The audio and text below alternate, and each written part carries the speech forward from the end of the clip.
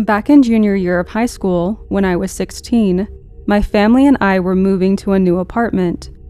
Near the end of the day, me, my dad, and my family friend were walking from the apartment to the elevator so we could go to the car and grab the last of the things. When my dad stepped into the elevator, the door closed almost immediately. It was specifically weird because the door had only been open for a couple of seconds, and it closed way faster than I've seen an elevator close before or after. The door won't open, so we're all confused. We're talking to my dad. He can hear us. We can hear him. Then suddenly, mid-sentence, his voice just cuts off entirely, and the doors open, and the elevator is just empty. So me and the family friend just sort of stare for a second. I step in and look around. No sign of Dad. I step back out of the elevator, and immediately the doors close again, and then reopen, and my dad is just standing in the middle of the elevator looking dumbfounded. So we ask him what happened. He explains, from his perspective, that after the elevator door closed, at one point, he stopped hearing us, and the elevator went up. Then it just stopped, and he heard what seemed to be wild animals he couldn't quite identify, and the sound of scratching on the door. This felt like it lasted 5 minutes to him, before suddenly the elevator door opened, without the elevator ever feeling like it went back down. We lived there for over a year. We never did figure out what happened, and the elevator never did that again.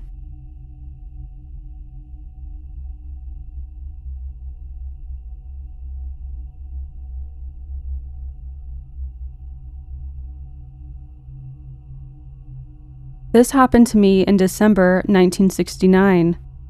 I'm a retired registered nurse. I have experienced or witnessed many things that are beyond understanding, but I'm also a critical thinker, and my story changed my thoughts on our limited view of reality forever. I was with my high school boyfriend on a typical Friday night in Jeffersonville, Indiana. After socializing with friends at the local hangouts, we would ride out on the rural back roads that were located between downtown and my home in a subdivision. There were dairy farms and cornfields on either side of the road for about 6 miles. The few homes along this stretch sat on the back of the properties, and there were a couple of equipment paths that led to a smaller open field that were our teenager parking spots.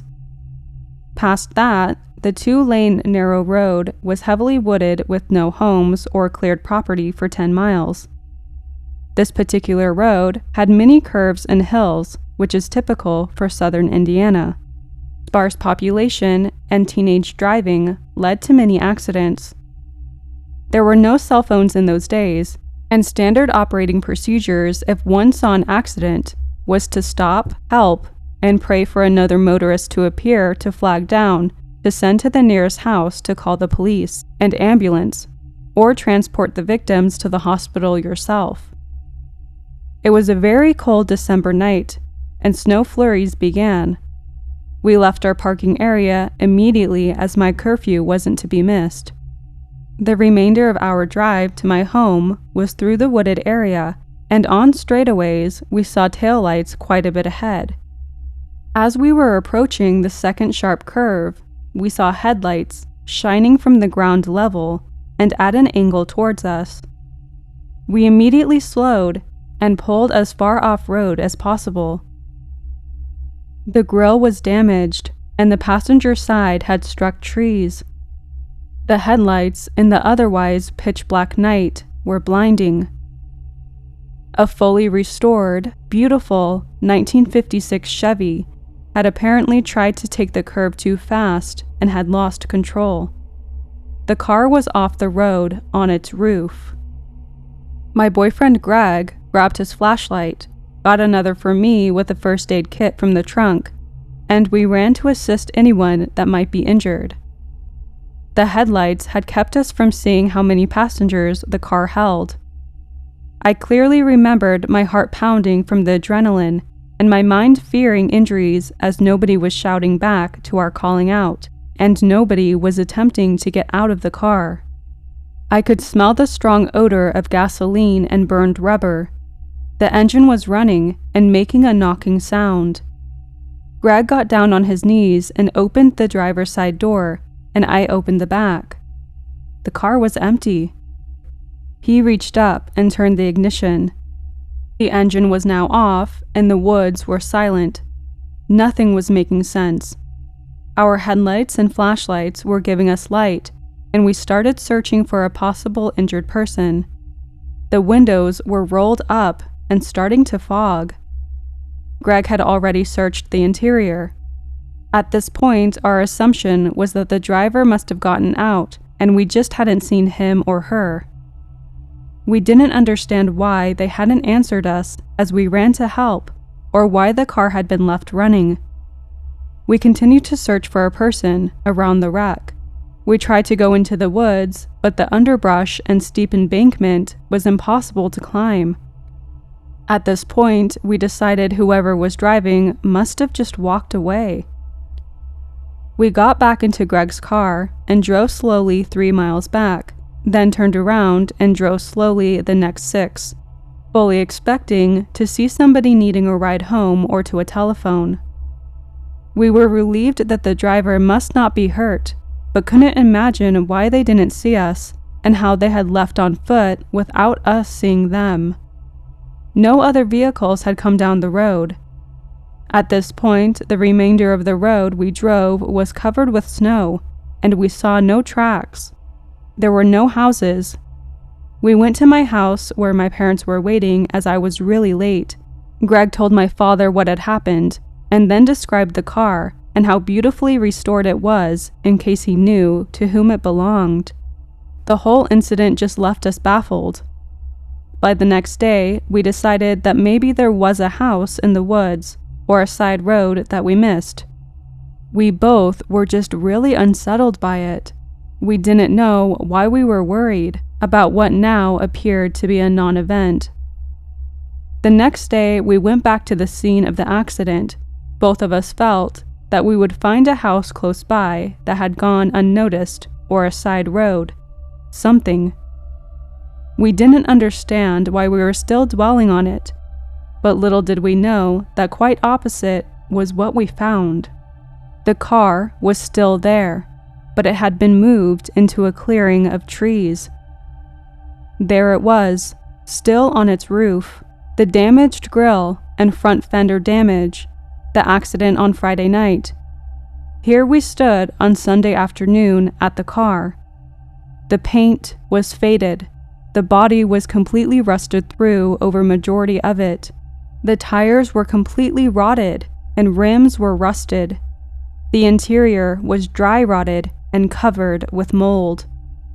The windows were gone, and the windshield was broken with a basketball-sized hole full of vines growing in and out of the car. The embankment we had tried to search was now a clearing, and setting further back into the woods was a small abandoned 2-room shack. We later did a property search, but it only led us to owners that bought acreage with the shack and car on it.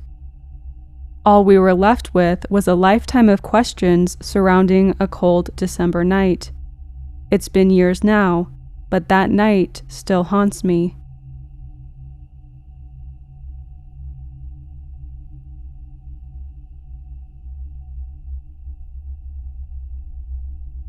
My neighbor came over for dinner last night, and I offered her some dessert to go because she didn't have anything on hand. I have a 48-ounce tub of cookies and cream ice cream, so I scooped a pint's worth into another ice cream container that I had, and immediately handed it to her. I just went into my freezer, and there it is, the pint of cookies and cream that I gave to my neighbor the night before. I thought maybe I'm just forgetting, and I didn't actually hand it to her. But then I checked my Ring camera, and you can see her leaving the house, holding the pint.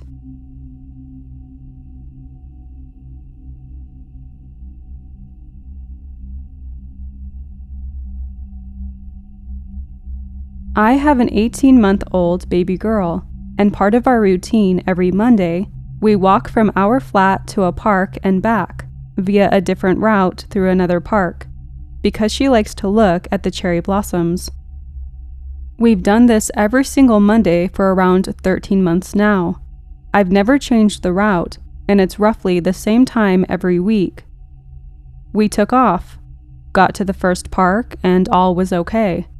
But for some strange reason, I felt I was in a panic. My heart rate was high. I felt a bit anxious, and I didn't really want to stay, but my daughter was having a good time. Eventually, I worked out that there was no one else in the park, just us, and it's usually quite full, so I thought that must be it. We started our walk home, where we changed the route to walk through the second park, which has the cherry blossoms. I know this route like the back of my hand. Crossed at a set of lights, and then first right and up the hill to the park. Not a complicated route. I was walking with my head down, and suddenly realized I have no idea where I am. I've lived in the city for 16 years. It felt completely off. No cars, no leaves, no wind. It was deadly silent. I went to stop and walk back the way I came, presuming somehow I've managed to screw up the route. Suddenly, a car drives past with a woman in a brown jacket and hat and a pair of black sunglasses. I think we'll just keep going, end up at the park somehow. Then another red car, same woman with the same jacket, hat, and glasses, but the car is slightly different. I think that's a bit bizarre. And then it happens again. Red car, woman in a jacket with a hat and glasses. I pick up the pace and go down a different street, but something felt really bad about going that way, so I kept going straight, and after about 20 minutes of walking, I get to the end, and I'm on the road that takes me to the park I was aiming at. But suddenly, all noises, leaves, and cars are back. I get to the park and I check my phone, and it's 2 p.m. I left the first park at 10:45 a.m. It takes 25 minutes to get from that park to the second one. I couldn't have been walking more than 20 minutes down that street. The following day, I woke up early for work, and I couldn't stop thinking about the road, so I left earlier in my car, and I couldn't find it anywhere. I tried 2 different ways, where I entered and where I exited, and the routes I ended up on were not that road I walked down.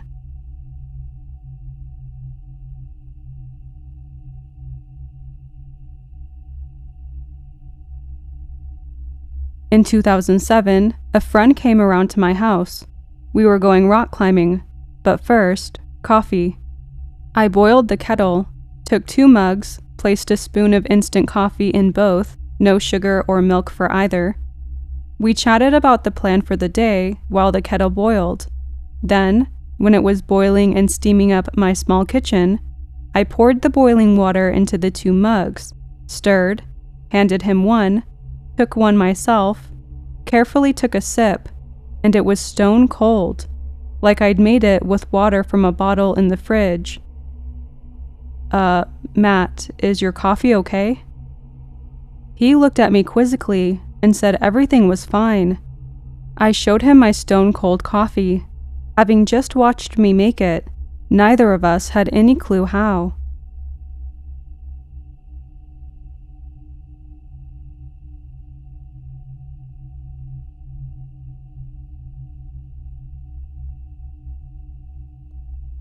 When I was 25 years old, I was driving home from work one night.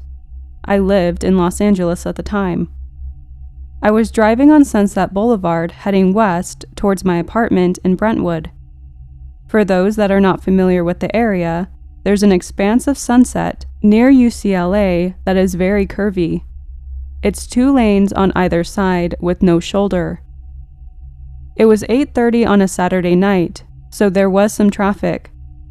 I was driving along, and all of a sudden, about 50 feet in front of me, I saw a car, but I was looking at the passenger door. A car had spun out of control and was perpendicular in my lane. I didn't have time to stop. I looked to my right, and there was a car next to me, so I had nowhere to go. I instinctively turned my car all the way to the right anyway. Once I had cleared the first car, I spun it all the way to the left, still trying to avoid the second car. While all of this was happening, I remembered a time with my mom at Disney World when I was 3. This is not a memory I've ever had. I vaguely remember parts of that trip, but this memory was not one of them. I realized then that my life was flashing before me, and I was going to die. I've never been so sure of anything. Every part of me knew I was going to die. I started screaming. To this day, I don't even know if I vocalized anything or if it was all in my head. I yelled, "No! No, this isn't fair. I'm not done yet." All the while swerving all over Sunset Boulevard. I suddenly stopped my car, and I was now perpendicular into the opposing lane of traffic. I looked around, and there was not a single car anywhere. It was like everything had been wiped clean. I put my car in reverse and proceeded home. I did not see a single car the rest of the way. I was only 5 minutes away from home at that point, but Sunset Boulevard on a Saturday night was completely empty. I got to my apartment and parked on the street. I didn't see one person. While walking to my apartment, I came to the conclusion that I had died, and because I said no, I was stuck in some limbo. I had never wanted my roommate to be home so badly. Unfortunately, she wasn't. I called one of my best friends and said, "I need to ask you some questions. Please just answer me and I'll explain after." I asked her my name, my age, what city we lived in, and the date. Obviously, she was very alarmed. I explained that I thought I was dead, and I wasn't sure I was really on the phone with her. She tried to convince me that I was alive, and that everything was okay. There was no way mathematically to escape it. There was nowhere for the car on the right to go. This moment has haunted me my whole life. There have been times that I've questioned my existence. I've wondered if my life since has been a very detailed death trip, and I'm actually lying on Sunset Boulevard, bleeding out.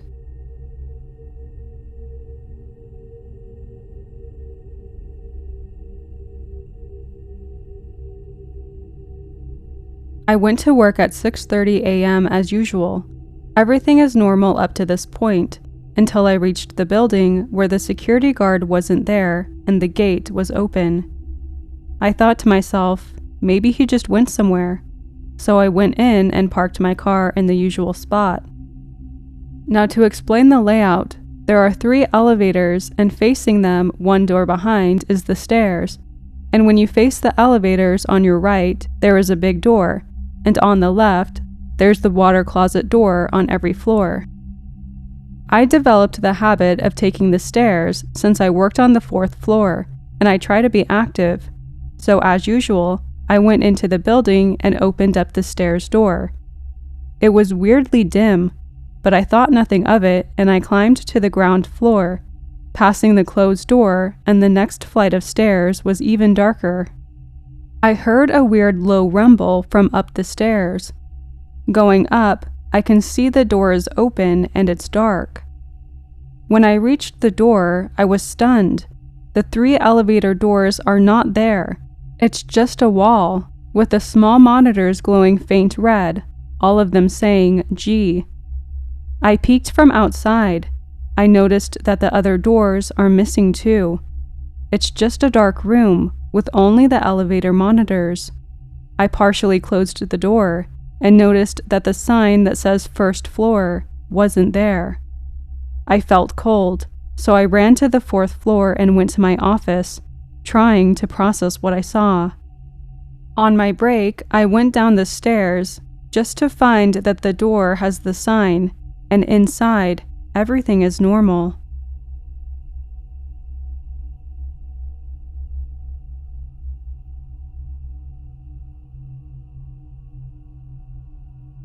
In 2006, I was working on a kids' outdoor rec site in France. We had 90 or so staff sharing 2 washing machines. Inevitably, you'd find or lose the odd item of clothing, but no biggie. If you find something, take it to the daily morning meeting and someone will claim it. A month or so into the season, I find a sock in my laundry as I was hanging it up. I knew it wasn't mine because it was a small, lacy girl sock, and I'm a large man. I brought it to the morning meeting, but nobody claimed it. I assumed the owner must have been on a day off, so I brought the sock to the morning meeting a couple of more times. With nobody claiming the sock, I chucked it into the drawer in my cabin and forgot about it. I figured one of my colleagues had forgotten it was theirs and would realize that they had an odd sock and would be grateful for its return. I know it's a lot of effort over one sock, but we were 30 miles from the nearest village, and buying new socks involved a serious outing. Months passed, and I forgot about the mystery sock. We got a bunch of new staff mid-season. It's always fun having new staff. There's always parties as everyone's getting to know each other. One morning, one of our new recruits brought a sock to the morning meeting. She'd lost one and wondered if anyone found it. Yeah, I've got your missing sock, but it arrived before you. I went to my cabin and got it, and they were a pair. Same size, color, same lacy frilly bit around the top, same wear on the heel, and same dirty faded white sole.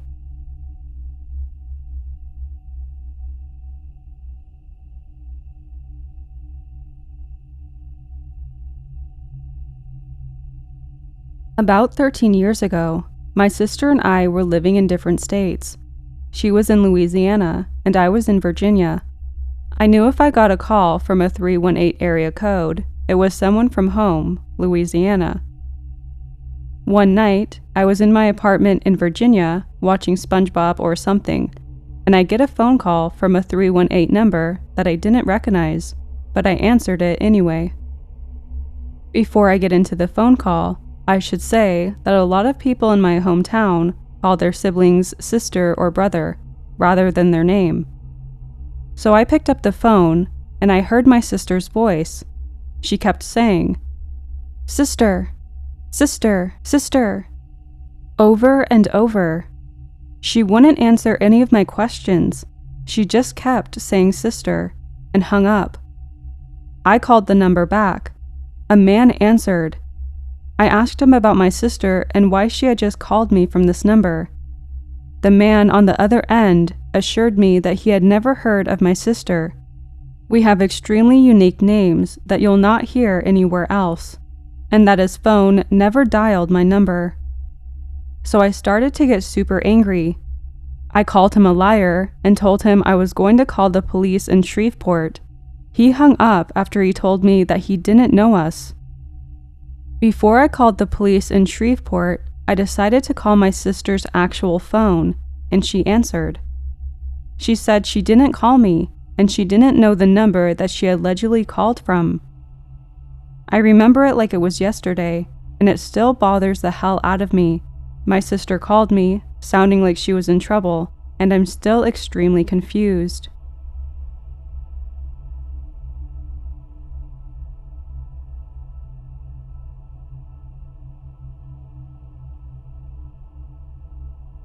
In 1994, I was at university in the UK. I'm British, and there was a girl from Australia in my class called Anna. We became such good friends that she invited me to Australia to stay with her family for a month during a university holiday. I won't say exactly where for privacy, but it was 2 different places. We spent most of our time in a city, and then, for the last few days, traveled to a different, slightly more rural area. Anyway, after we'd been in the second area for a few days or so, we went down to the local diner or hangout place and bumped into a few of her friends. She introduced me to them one by one, and as soon as I looked at one of them, who she introduced as Shane, I immediately and viscerally recognized him. Not just, he looks familiar, or reminding me of someone I know. It was him. I knew him. I recognized him totally. And judging by the look on his face, it was clear that he felt the same about me. He said, "Where do I know you from?" And of course, we got talking about all the places we'd been and the people we knew, trying to work out where we knew each other from. We soon ascertained that he had never been to the UK, and I, until now, had never been to Australia before. We went through everyone we knew, friends, acquaintances, relatives, trying to work out if we had a connection somewhere. If we had a person in common, for instance, maybe we'd seen pictures of each other in a photo album or something. Although we felt it was more than that we'd known each other in person somewhere, but we didn't know anyone in common, and yet we so strongly recognized each other. I couldn't take my eyes off his face, and he couldn't take his off mine. Not in a romantic way, just like, "I know you. Where do I know you from?" Although his face, voice, mannerisms, etc. were so familiar, I felt his hair was wrong. I asked him about it, and yes, he had changed his hairstyle. It had been different. Well, we couldn't work it out. I went home and never saw him again. This was before social media, and after uni, I ended up losing touch with Anna too. But it's puzzled me ever since. Sometimes I even dream about him. Again, not in a romantic sense, and the dreams aren't anything spectacular.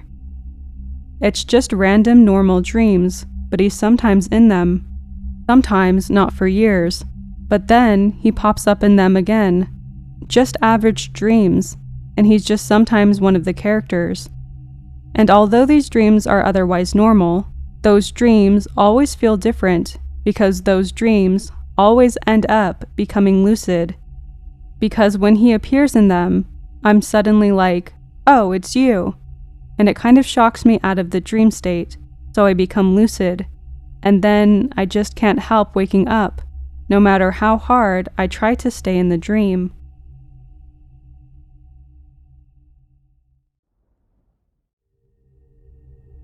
I had a friend over last night. We ran into each other earlier that day, and we made plans to have dinner together. She comes over, and we hang out on the couch for around an hour, just chatting and whatnot. I stand up because I get a phone call, so I go into my bedroom for around 10 to 15 minutes. I go back out, and she's not there anymore. Okay, so she's in the bathroom, right? I sit on the couch and wait for her, but she doesn't come out. I go to check on her. The bathroom is empty. Now I'm weirded out. Did she leave for no reason? I didn't hear the door open or close, and I have a pretty heavy door. I even go outside into the hallway to check to see if she's there for some reason, but she just promptly disappeared. So now I'm thinking that she left for whatever reason, so I call her. It rings for a while, and then she picks up. Immediately, I think it's weird. If she left my flat, she would be on the street, but it's very quiet wherever she is, and it sounds like she just woke up. I ask her why she left my flat, and she had no idea what I was talking about. I get frustrated and ask where she is. "I'm at home, taking a nap. Your phone call woke me up."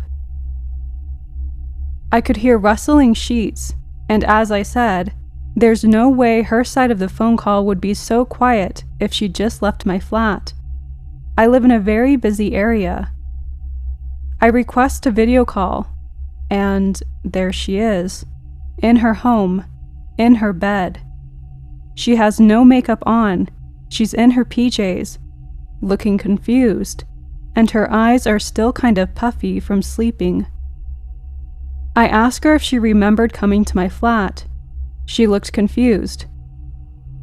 Did we make plans today?" She said that after running into me, all we did was chat, say goodbye, and then she went home to take a nap. Obviously, there was no way she got home, removed her makeup, undid her hair, and changed her clothes in 15 minutes. She lives like half an hour away from me. I have no clue what to think of it.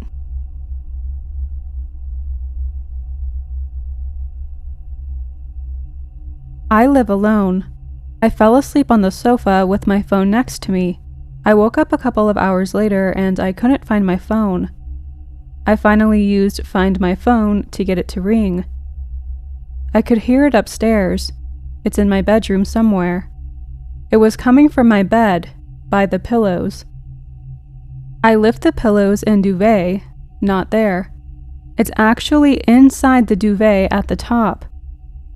Am I really to believe that I sleepwalked to my bedroom, undid the duvet cover at the bottom, pushed my phone all the way up to the top, and then did the duvet cover buttons, and made my bed look neat, and then went back to the sofa downstairs?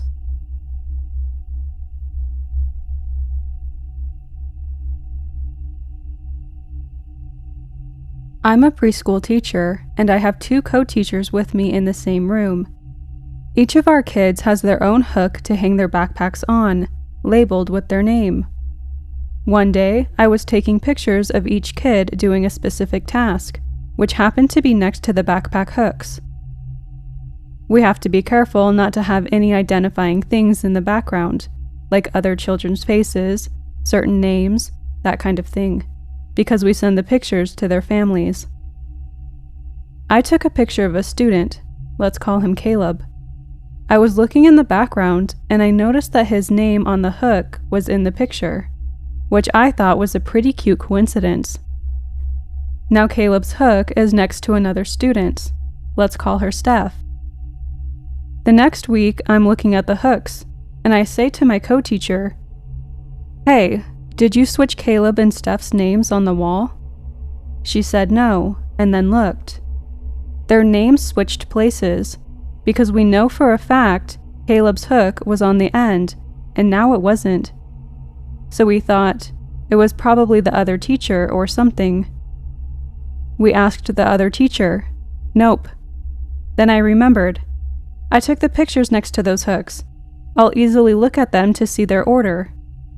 I looked on our iPad's picture album, and they weren't there.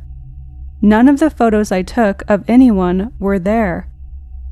The ones before and after were still on the iPad, but not my specific ones. I checked the recently deleted, and nope. So I went to Caleb's profile online, where we send in the photos. His picture was there, with the background cropped, but it wasn't the picture I took of him. He had a different hairstyle and clothes that he's never worn before. The picture looked like a mix between outdated and futuristic. I showed it to the co-teachers, and they were just as confused and weirded out as I was. We still have no idea what happened.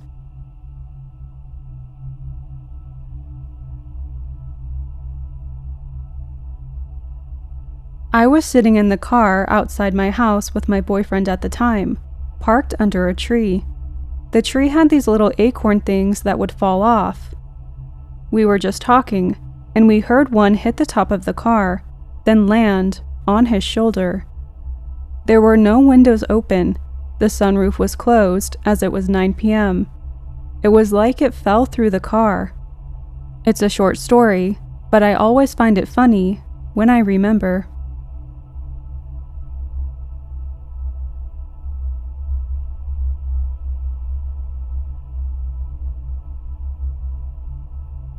I lost an earring that had much sentimental value, amber-colored, teardrop-shaped. I purchased the pair while in deep grief for my late husband. I was visiting the city we went to college when I lost one of the earrings. I was at the shop of his best friend, a workshop for a plant grower. Several people were there, most of them good friends of my late husband. It was the 5th anniversary of his death. I was putting the earrings on, as I hadn't fully accessorized yet because I was traveling, and the earrings were in my pocket. I was putting them on and fumbled the second one. I couldn't find the earring anywhere. I swept the floor looking for it. Nada. I spent 20 minutes looking. I told a friend there about the sentimental value, but we didn't find the earring. When I got home a couple of days later, I put the single earring remaining on my jewelry holder. A month or so later, I was picking out jewelry for an outfit, and the pair was there. Both of them, amber-colored teardrops.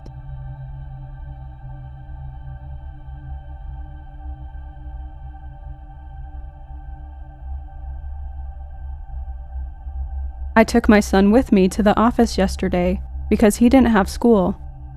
He brought his backpack with snacks and his phone inside of it. He was carrying the backpack with him when we left the house. I made sure that he had his phone charger and all the stuff he needs in there. We get to the office, he takes off his jacket and sits by one of the computers and places the backpack beside him. I've seen him going on his phone, which was in the backpack. Later, around 3 p.m., we couldn't find his backpack. We panicked because we thought somebody had stole it and his phone was inside of it. We asked around the office, but they didn't see it after 3 p.m., but they remember him having the backpack that morning. We kept looking and couldn't find it. We realized it was probably stolen when he wasn't looking. There were a lot of kids coming in and out for trick-or-treating. We leave the office and go home. I unlock the house. I go in my room, and the backpack is sitting on the bed with all of his stuff inside it, including his phone, which he used yesterday. There are texts and a couple of social media interactions he made using the phone, so we know he had both the backpack and the phone that day. We were shocked. We tried to rationalize it as much as possible, but there is no way that he never brought it with him. There's concrete proof that he did, such as eyewitnesses, him seeing it, him going on his phone, me seeing it, and other people seeing it, and the sent texts, alongside other social media interactions that couldn't have been possible without him having the phone. This was the first time something like this has ever happened to me. I don't know how to feel about it.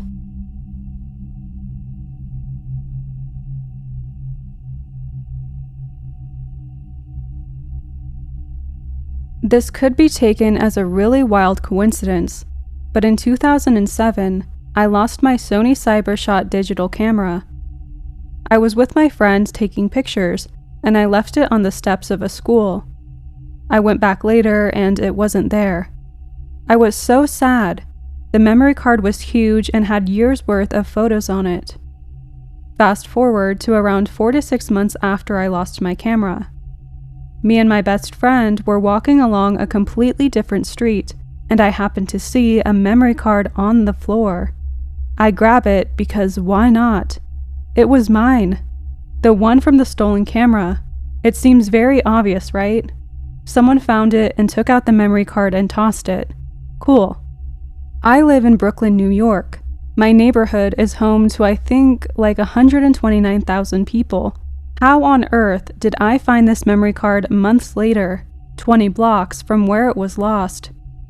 And all of the places I looked that day, my eyes just looked down and saw the memory card.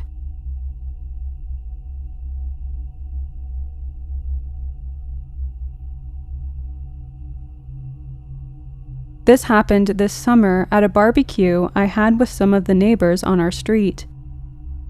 I had made a comment to my neighbor about how I should make a green salad, but the heat wouldn't permit it.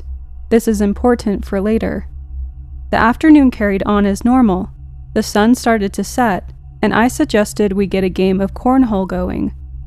I have a board that I painted myself that glows in the dark with LED lights around the board, and I have bags that also glow, 4 pink and 4 green. We paired up and separated the bags, 4 green and 4 pink. After 3 rounds, the other team is up by 3, and it's now my turn. I throw my first bag, a pink one, and boom, it sinks perfectly into the hole. You could see the pink illuminate through the hole, clear as day. The other team lets out the typical, "Ugh." My partner and I cheer our neighbors on who were just watching. We continue on taking turns throwing our bags. As the other side starts to collect the bags, I see them look around for my pink bag that I made directly in, and they can't find it anywhere. There are no kids or pets to blame, and I thought that maybe the other person jokingly hid the bag. They both tell me they haven't touched it and look equally as confused. Now all of us spend the next 20 minutes searching in this tiny backyard, dumping the trash can and looking in the neighbor's yard for the bag, but to no avail. The bag was never found. So we called the game and figured that we would find it later. We all kind of exchanged, "That's weird," faces with each other. If you've ever played cornhole, you know that when the bag sinks into the hole, there really isn't any other place that it could be. But whatever. I brushed it off and started tidying up, clearing plates and emptying cups, when I noticed the table with all of the food on it. And right in the center is a freaking salad. Did someone come in late and bring the salad? I'm just standing there when I noticed that it isn't just a salad, but it's in one of my salad bowls. I am floored. I don't want to sound crazy, so I casually ask each neighbor if it was them that brought the salad, but they all said no. The neighbor I had made the comment to about making a salad, but knowing it wouldn't be good in this weather, remembered me saying that, and seeing that bowl, but never paid attention to what was in it. As the night ended, and I'm cleaning up the rest of the mess, I decide again to look for the bag, and I never find it. My friend is inside washing the dishes and asked me who the salad bowl belongs to. I had figured maybe I did make the salad and forgot, so the bowl was mine. Except when I went to put it away, my exact same bowl was already in the cabinet. I just stood there, stunned. How could that be? They even had the same tiny piece of the price sticker on the bottom of the bowl that no matter how hard I scrubbed, I couldn't get off, and that clear sticky part remained. I'm a logical thinker. I truly believe everything can be explained away somehow, so I still tell myself that this has to be the case. Maybe the bag got picked up on accident. Maybe I had two identical bowls. Maybe I just forgot. But no one claimed the bowl or found the bag, so it will always leave a little bit of doubt in my mind of what really happened that day.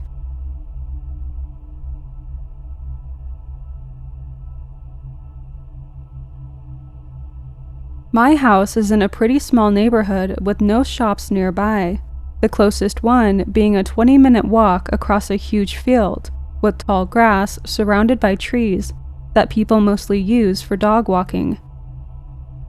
One night, around 9:30 p.m., I was taking a walk to the shop for some snacks, and something super strange happened that I still can't explain.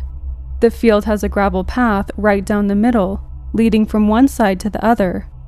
These days, lampposts are installed, but this was a few years ago when crossing the field in the night meant paying lots of attention to stay on the path. So I got to just over halfway through the field, following the path as I did every time. I reached into my pocket for my phone to check the time and accidentally pulled out a 5-pound note with it, which landed on the gravel path at my feet. I distinctly remember reaching down and picking up the 5 pounds from the gravel and putting it back in my pocket. I continued walking and switched my phone screen on for literally 2 seconds to see the time. And as soon as I switched it back off, I was in the middle of a tall grass, a good 40 to 50 feet away from the path. Somehow, in those 2 seconds I had checked my phone, I had gone from walking on the gravel path to walking in grass that came up to my waist. Although it doesn't sound particularly scary, the feeling of utter confusion as to how it happened still spooks me to this day, remembering what it felt like to stand in the tall grass in that dark field. I moved away for a couple of years, so I didn't venture that way again. And now I've moved back home, and there's a new shop that doesn't require dealing with teleportation to get a can of root beer.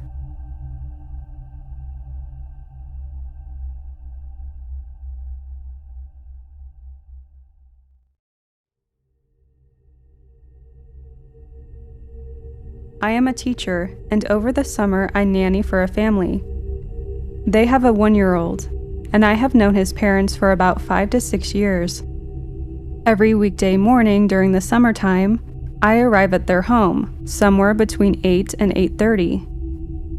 On Thursdays, his dad, Ben, has a booth selling flowers at a local farmer's market. This past Thursday, yesterday at the time of this post, I was on my way to nanny. I turned onto the side road that eventually leads to the family's home, and I saw what I thought was Ben, the kid's father. He was driving the opposite direction towards me, in the same black Nissan he normally takes to the market, and it was very clear to me it was him as he passed by going the other direction, presumably headed towards the market. I giggled to myself and wondered if he had left early, since it was only about 8:20 a.m., and he doesn't normally leave until 9 a.m.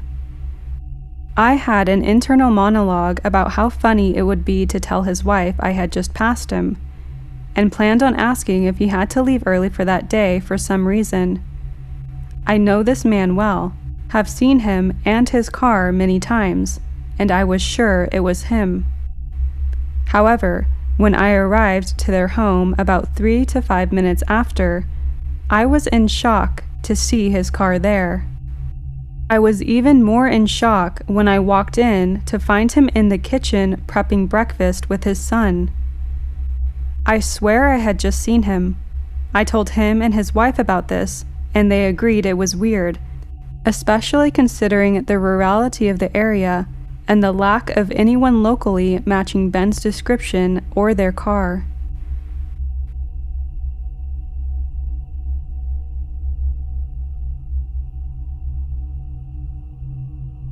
This experience begins with me and my now fiancé going to see some local boxing fights about an hour away in the town over from where we live. We get there, the event finishes up, and then it's nighttime when we're leaving, about 9:30 p.m. As usual, there was a lot of traffic, and we got caught up on a detour through a part of the town that we weren't familiar with, but luckily ended up in the area we were familiar with. As I mentioned before, this town is an hour away from ours, and has a lot more stores and things to do than our rural town, so we visit quite often. When we left, we made sure to stop and fill up our gas tank, and headed out on the freeway back home. This is where things start happening that neither one of us can explain. So we were driving for about 15 minutes, and all was well, until our music turns off on the radio. We didn't think much of it because the radio was not the best, so we continued driving as normal, but we both are just kind of quiet. Out of nowhere, I start noticing that it seems like we're driving on the same piece of road over and over. This is weird because we know the road and the surrounding areas like the back of our hand, so we know when there's turns coming up and exits passing by. There were also no other cars driving by, which is unusual since it's a freeway and it's always quite busy. At the same time, I start to notice that the gas meter is dropping super fast. While watching, it's just dropping quarter tank by quarter tank, until the gas light came on 5 minutes in and the gas tank was empty. Time is also going by super fast, which was worrying to me as well. Based on the clock, it's been almost an hour since we hit the freeway, but we both stayed quiet. Finally, the radio comes back on and we're able to see the lights from the gas station that's placed right between two towns. As I start to put the gas, it was still empty, no cars in sight, and I was getting this really eerie feeling that something didn't seem right. So we finish up and I tell her we need to get home fast because it felt scary. We finally made it, but the weird thing was that it was 12:30 a.m. when we got home, and we hit the freeway at 10 p.m. So it took us 2.5 hours to get home on a usual, sometimes 45-minute drive. To this day, we can't explain what happened, and I later found out that she noticed all the weird stuff happening, but that we both wanted to stay quiet so we didn't scare each other.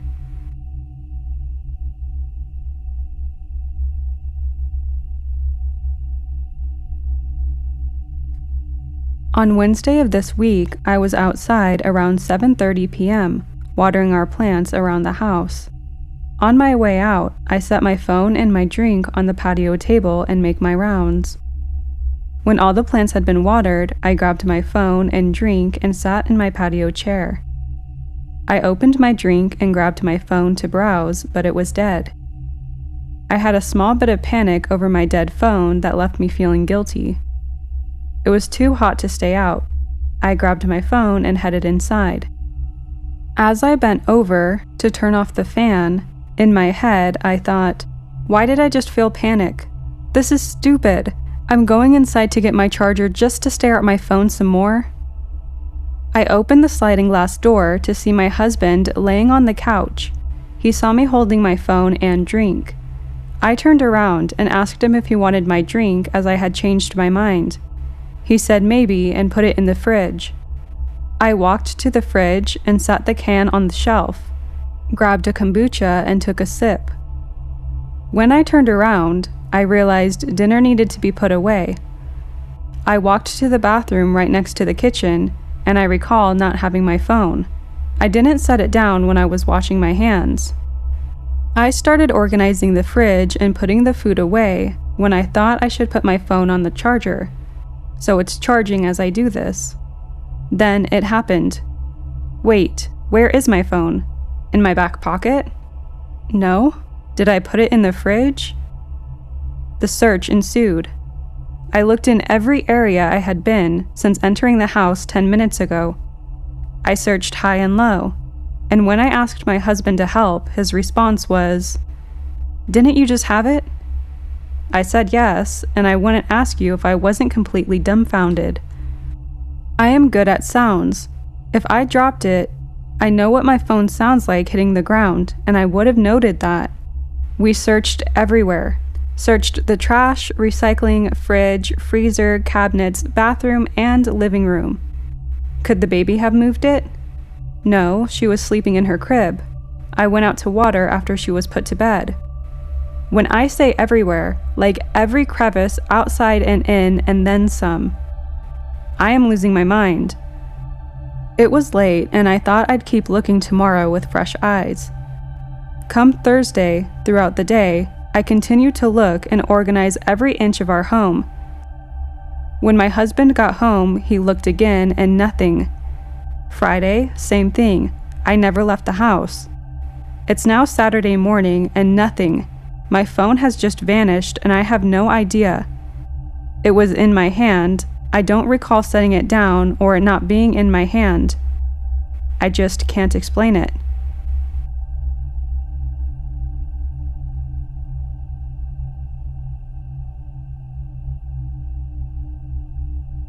This happened over 20 years ago, so the details of which station have been lost to memory. I used to get the train to York, near where I grew up, from Exeter, where I went to university. Sometimes the most direct route was not possible due to the train line being washed away by floods, and I would go via London. On one occasion, even my normal route through London on the tube was disrupted, and I had to take different lines between Paddington, or Waterloo on a really bad day, and King's Cross. This was a very wet and miserable day. At this particular station, I had to change tube lines, and not being familiar with the area, I couldn't work out how to get from where I was on one platform level to the one I wanted, so I decided to exit the station completely, then re-enter, hoping to pick up the signs for where I wanted to go. On exiting the station, I found myself on an empty street. In warm weather, the sky a yellowish-orange color, similar to how I've seen North African cities appear on TV. 1 or 2 old cars on the street, but no other person. I remember being the only person climbing the stairs to leave the station, which had been busy.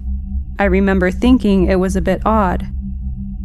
I re-entered the station as I intended, found the platform I wanted, got to King's Cross and on my northbound train to York, proceeded out of the station and into the dank, miserable weather that I'd had all morning. I've often thought about that day, and every so often look at a tube map on Google Maps to try to remember which station that this happened at, but I can't remember or work it out.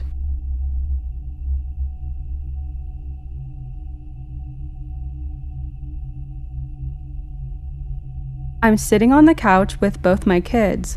My husband went into the bathroom that's in our master bedroom about 5 minutes prior. He comes out of the bedroom and walks into the laundry room. The way our floor plan is set up is where I can see into our bedroom from the couch, but I can't see around the corner to the second bedroom or laundry room. After a few minutes, he is still in the laundry room. I get up and go towards my daughter's room to grab her a book. I turn the corner and the laundry room is vacant with the doors closed and the lights off. Weird. I turn my head towards the bedroom and can see the bathroom door shut and the light on. I walk into the bedroom and call for my husband and he answers. He said he's been in the bathroom the entire time and didn't come out at all. I swear to you I watched him walk right out of the bedroom and go towards the laundry room. He searched the whole house. No one else is in the house with us.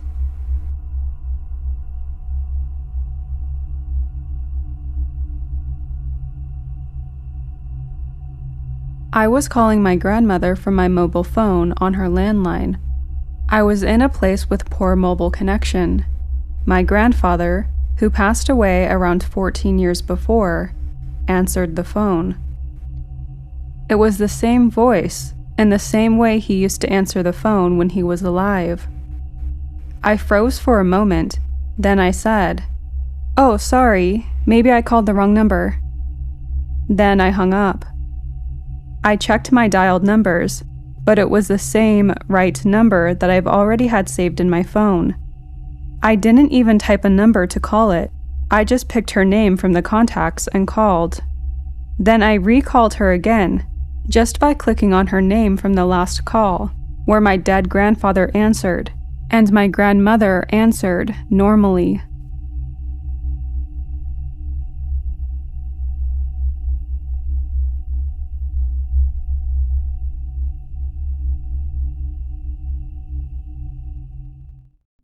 I'm going to be honest. Before this happened, I honestly thought Glitch in the Matrix believers were a bit off. I've changed my mind. This happened just a few weeks ago. I was drinking my morning coffee like I do every morning, when I looked up and saw something that freaked me out so bad. I told my husband and kids, and I've seen UFOs and ghosts. Anyway, I look up, and a chunk of one of my walls that's part of the alcove leading to my bedroom is a freaking computer screen. We're talking like Star Trek meets Independence Day. I silently lost my stuff. I looked down briefly to grab my phone to take a photo of it, but then it was gone and back to a normal wall.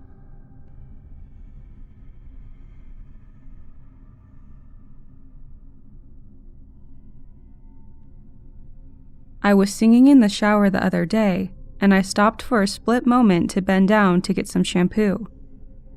As I went to do this, I heard myself singing. My mouth never opened. I don't have schizophrenia or anything that would make a noise like that. It was the same song, my voice, but I wasn't singing. And when I went to open my mouth to ask if someone was there, the singing stopped. I also wasn't listening to any music, so it couldn't have been any other voices. I sing a cappella in the shower. I asked my roommates if they were playing music or singing in their shower on the opposite side of the wall, and they said they were all in the living room playing a board game. The voice was clear, as if it were coming from my own mouth. The shower that I shower in has pretty harsh water pressure, so it's crazy loud. I can't think of how this could have happened, and it's been plaguing my mind a lot. I don't drink often, and I wasn't under the influence when this happened. I've never done drugs. I'm terrified and unsure as to what happened. I have no logical explanation for it.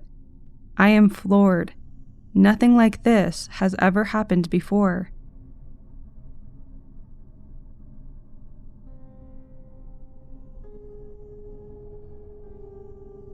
This was around 2 years ago. I still remember it so clearly. It was around 2 a.m. and I was coming inside from having a cigarette. As I was coming inside, I saw my sister walk into the kitchen. It wasn't uncommon for her to be awake late, as we both have trouble sleeping sometimes. I see her walk around the corner into the kitchen. I quietly called out for her, but she kept walking and didn't acknowledge me. I assumed she just didn't hear me. So I followed her to see what she was up to, and I saw her walk into the pantry, around another corner. As I stepped inside, I had the most disgusting sensation go through my body, realizing she wasn't there. Nowhere to be found, even though I know exactly what I saw, or so I thought. I quickly walked to her room to see if, well, maybe I was crazy. I opened her door, and to my absolute surprise, she was sound asleep, snoring. There's just no way that she could have got past me into her room without me seeing it. It just couldn't have happened.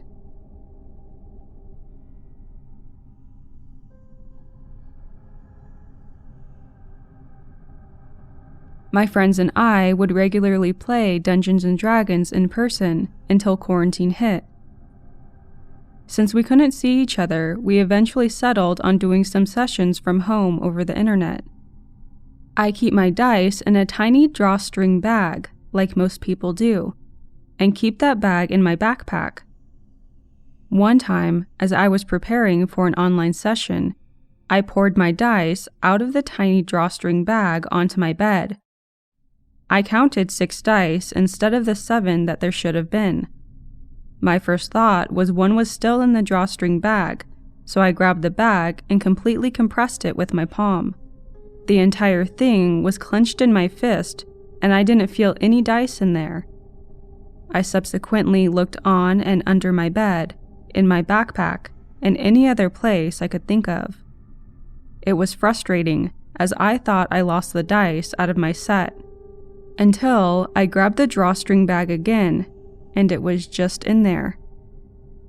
The last dice was just in the bag I already fully checked.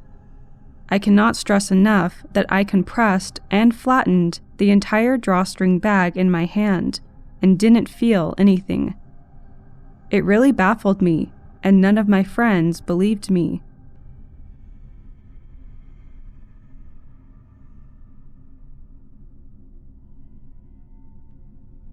This just happened this morning. I was getting ready for work and my wife was waking up with the baby. The weather had called for an ice storm turning to rain. Now the last storm or snow that happened meant my son was to stay at home and do virtual class. My wife also works from home, so this is tough for both her and him. Anyway, I'm coming up from the basement stairs getting my son's lunch ready, and my watch vibrates and I got a text from my wife. I look at it and it says, "It looks wet out there. Can you get more info from the school if they are closing or not?" I read it and let the dogs out and then fed them. I thought this was a normal question, so I replied, "What info?" If the school hadn't contacted us, then any info I was going to get wouldn't say they were closed. She later came down and asked what I was talking about. I told her I was replying to her text, and she had no clue. I searched all my texts, and looked up the wording that she had used, but nothing.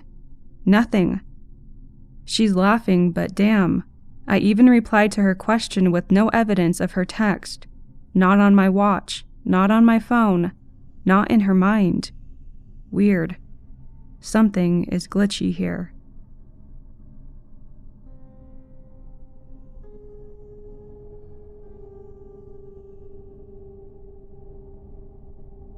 Weird things happen to me when I'm sick sometimes. I had the flu and my wife and I were in bed watching YouTube when I realized we had already seen the video she had on, and she had no clue what I was talking about. I told her the entire video. It was a video about a man making different dishes with the same apples, and even told her what she and I had been saying about it. At first, I thought she must have forgotten about us watching it, until she put on another video, and I got the craziest deja vu and realized we had already seen that one, too. They weren't in my YouTube history, and that's when I started getting weirded out, because I swore we had already seen them. I scrolled down to the recommended videos, and they were the exact same videos from my memories. But that's when I realized that I couldn't place exactly when this happened. I just knew it had. It felt like I was in a simulation or something and was replaying a scene, but it was going differently this time because I was changing my reactions. Normally I would just chalk it up to being sick and feeling weird, except that I knew what several videos were and remembered our entire conversations about them and everything. It started to feel like a creepy prank, but like I said, my history showed that we never actually watched the videos before then. It's not anything too crazy, but for some reason it really freaked me out, because it felt so strongly like I was acting out a scene that had already happened, and it felt eerie, like I wasn't supposed to be aware of it. I wish I could better convey the unsettling energy of the experience, but sometimes these things are hard to express. I've had other strange experiences when sick, but nothing like this. I knew what they were going to say on all of the videos before it even happened. And this sounds insane, but it felt like I was hearing the future or something. I'm not schizophrenic or anything like that, and don't experience things like this often at all. I just don't have an explanation for what happened. It made me a lot more suspicious of the probability of the simulation theory, though.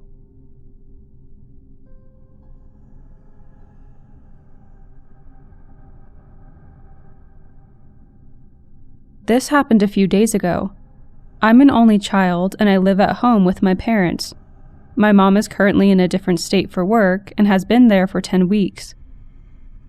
On Friday at around 5 a.m., my dad left to go to his friend's house in New Hampshire to golf, and he got back Sunday afternoon. My dad and I share chores around the house while my mom is gone, and I'm extremely weird with touching wet food or just old food in general. So my dad always rinses the dishes and then runs the dishwasher, and all I have to do is put them away. Our dishwasher automatically opens when it's finished cleaning, and that's how I know when they're ready to be put away. He left for New Hampshire Friday morning before I woke up. I was upstairs doing homework and watching Netflix basically all morning until I went down to eat lunch before work. I made myself one of those microwave mac and cheese cup things and went into the silverware drawer to get a fork and noticed there was barely any in there. We have big forks and little forks, and I prefer the big ones, but there was only little ones in there. I looked in the dishwasher, which was closed, meaning it was empty. But I checked just in case it was closed by accident. There was nothing in there.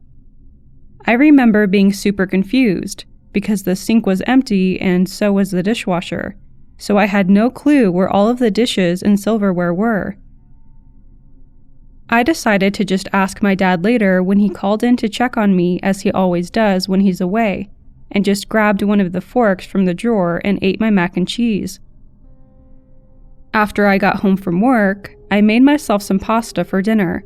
Don't flame me for only eating pasta all day. I'm lazy, okay? When I finished, I walked over to the drawer and I got annoyed when I remembered there were only little forks in there. I turned around to grab my phone to call my dad and ask him where everything was, since he hadn't called yet. And when I did, the dishwasher caught my eye. It was open. I looked inside, and it was full of clean dishes. There were all of my big forks, all of the dishes I had used recently, everything. I was terrified. I don't know why it scared me so bad, but it did. I grabbed my pasta, my phone, and a fork as fast as I could out of the dishwasher and bolted up the stairs to my room. I immediately called my dad and told him what happened, and asked him when he did the dishes last. He said he did them the morning before he left for New Hampshire. I asked if he had come home at all. He said no. I am literally 100% positive that the dishwasher was empty when I made the mac and cheese earlier that day. I wasn't half asleep. I wasn't under the influence. I wasn't imagining it. Nothing. As I said before, I am an only child. My mom is on the other side of the country, and my dad was 3 hours away by the time I even woke up that day. No one has keys to my house but us. Then I was trying to think of everything I could to explain it. I was wondering if someone broke in. I was like, did someone break in, do my dishes, take nothing, then leave? Do I have a second dishwasher I never noticed till now and I got them mixed up? Did I fall asleep and sleepwalk and do my dishes? The part that scares me the most is the fact that the dishes weren't in the sink either the first time. They were just nowhere. Where were they? I know this is a super long and detailed story about some forks, but I'm still terrified. I don't know what to think about this.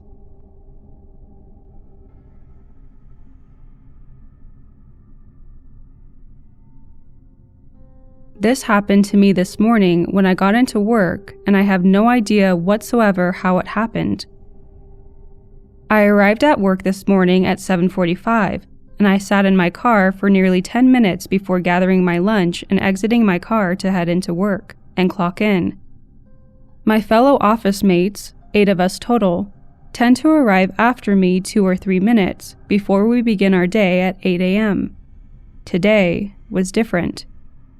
When I exited my car and headed for the office, none of my office mates had arrived yet. My coworkers, who work in shipping and receiving, meanwhile, have been at work since 7:30 a.m. I walked through the lobby, punched in my security code to access the warehouse, and headed for our break area to clock into the biometric palm scanner. The device gave me an affirmative message and displayed the time I clocked in, 7:56 a.m.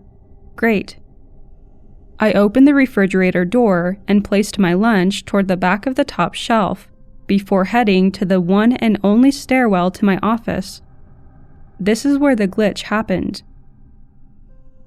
I walked up the flight of steps, and to my shock, all of my coworkers were already at their workstations.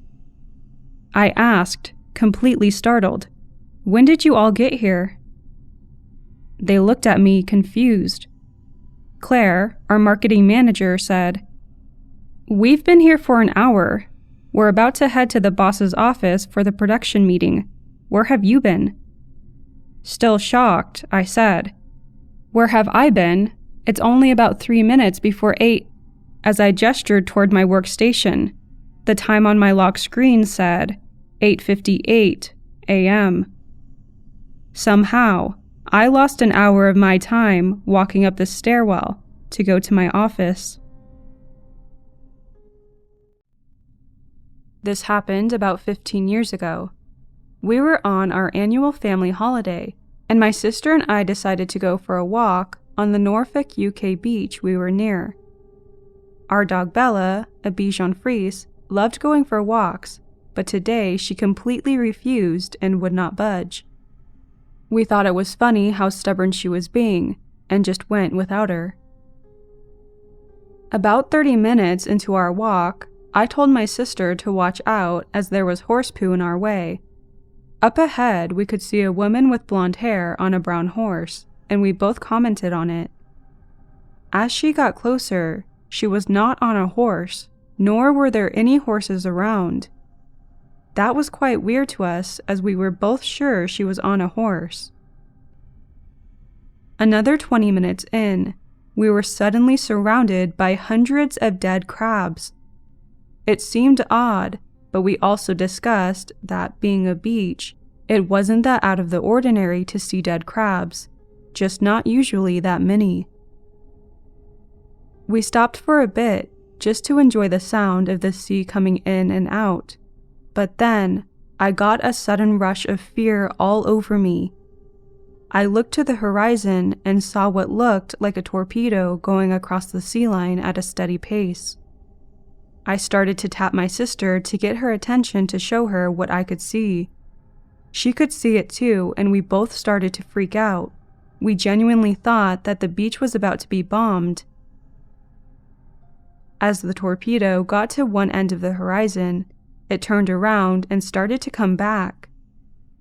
This time, as it started to come back past, it looked like it was opening up and inflating.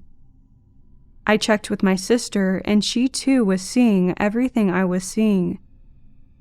The torpedo opened up into what looked like a boat, or what a smaller Noah's Ark would look like. The boat was clearly bright green and yellow, but I felt like we shouldn't have been able to see the colors so clearly, with the boat being so far away. The weirdest part was that we could see a man on the boat, much bigger than the boat, waving slowly and smiling as he went past. We kept looking at all the people around us, and no one else saw it. Once the boat got to the end of the horizon, it turned back into a torpedo, went to the other end, then disappeared. When we got back, our mom was really worried because we had been gone for ages. She said both of our phones went straight to voicemail, even though they were both turned on with full battery. We were in disbelief about what we saw, and I've tried to research it and cannot find anything that remotely touches the subject.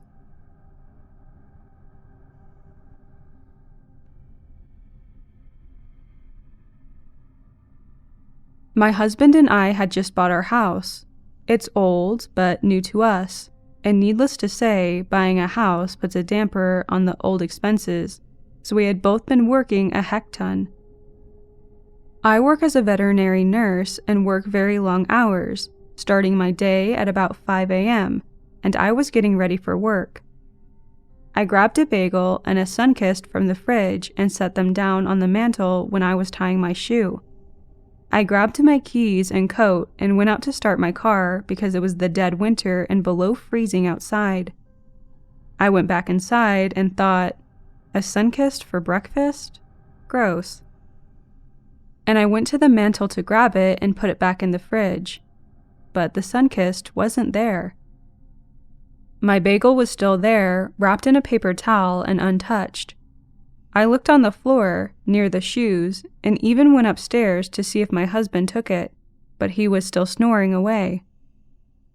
I was quite confused, but went to grab a water from the fridge because that's a better choice anyway. I opened up the fridge, and there it was, the Sunkist, all by its lonesome, not in the organized rows of other sodas, just at the top of the shelf, right in front of the water bottles. I started to panic, my stomach was sick, and I thought I was losing it. I ran upstairs and woke up my husband. He was obviously not happy with me, but I told him, I don't remember putting it back, but I wanted it to go back in the fridge. It actually messed me up for a few weeks and got me to quit drinking soda altogether. I still remember the feeling and everything when it happened. It was absolutely petrifying. Now I realize it wasn't a silent petty thief, a ghost, or early onset dementia. It was a glitch in the Matrix.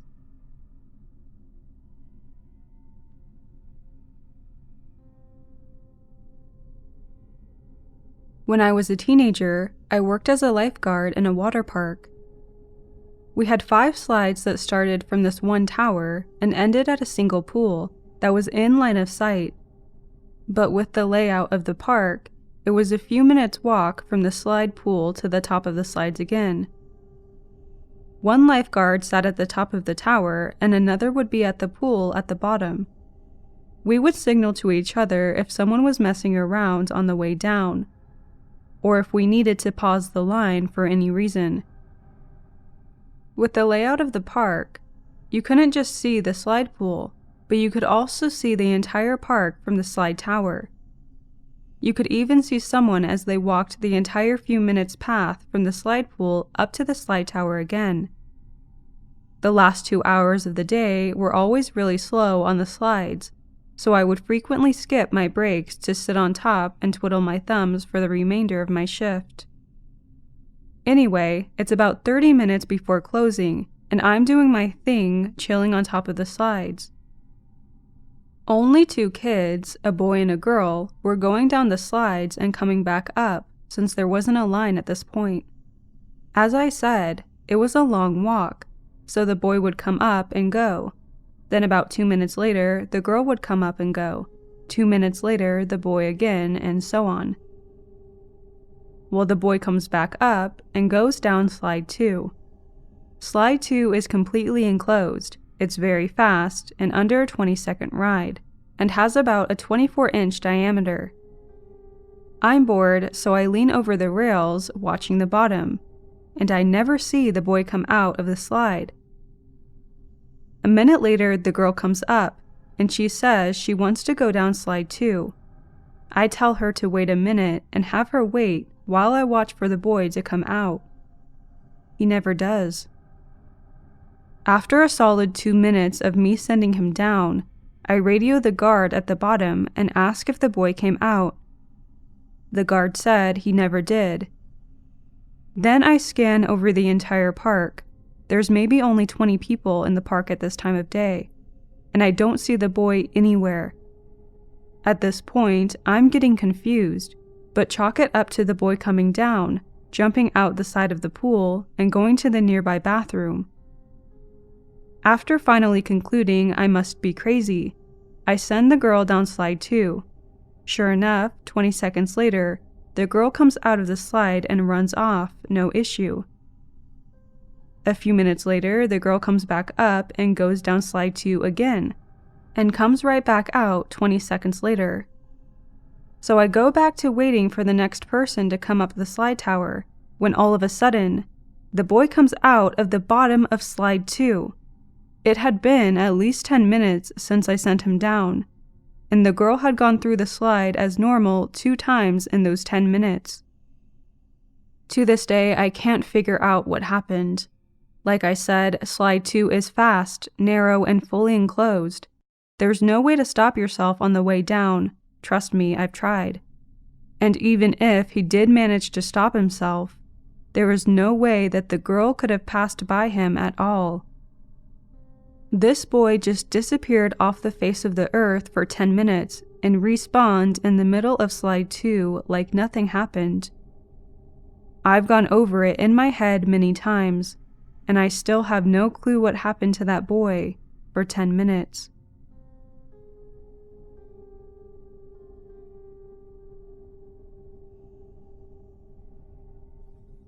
This happened on Friday, January 29th. I was driving to my local kids' clothing consignment shop to look for some snow pants last minute because we were expecting a bit of snow. I had to turn right at the next light. I go to move over to the far right lane, put on my blinker, check and make sure it's clear. Nobody was behind me or next to me. I don't have any blind spots because of how I have my mirrors, and I drive a minivan, so I have extra visibility out of my second row windows. But after I move over, this huge white lifted F-Series Super Duty type truck with a winch and a plow honks at me as if I had cut him off. I speed up because I'm not a brake-checking fool, and watched as the truck vanished into a puff of smoke and disappeared. It was just gone. Vanished.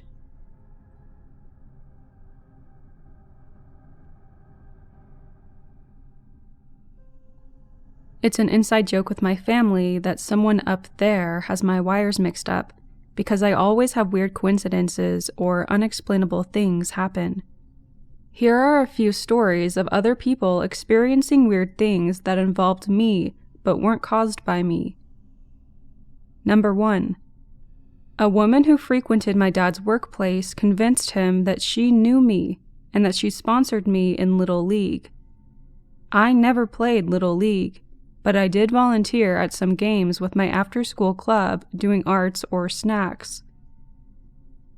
The next time she came around, they chatted, and my dad mentioned that I never played sports. She was adamant that she sponsored me, and the next time she came in, she showed him a photo of a team flag with my name stitched in it. I have a somewhat unique name. Probably less than 10 people ever had my first and last name combo. My dad thought she was weird and gave her business to his colleague. Number 2. An old friend I hadn't spoken to since high school texted me out of the blue, saying that she had a crazy dream that I was in a car accident. I was commuting during rush hour, and a truck switched into my lane without looking, pushing me into the median. She texted me as I was sitting in the back of an ambulance, getting looked over, and I sent her a selfie with the EMT to freak her out. Number 3. I used to live next door to my cousin when we were in high school.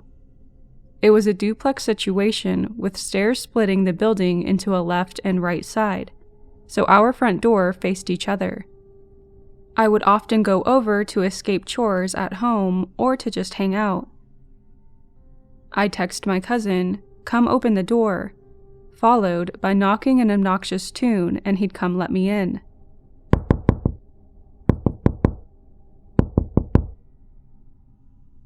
One night, I was up late watching a movie in my living room.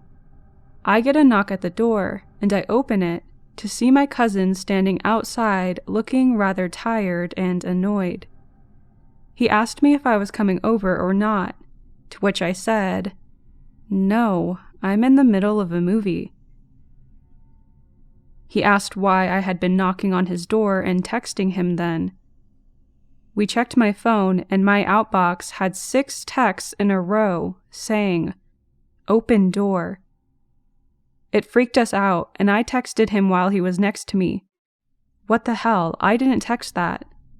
And, "Do not open the door."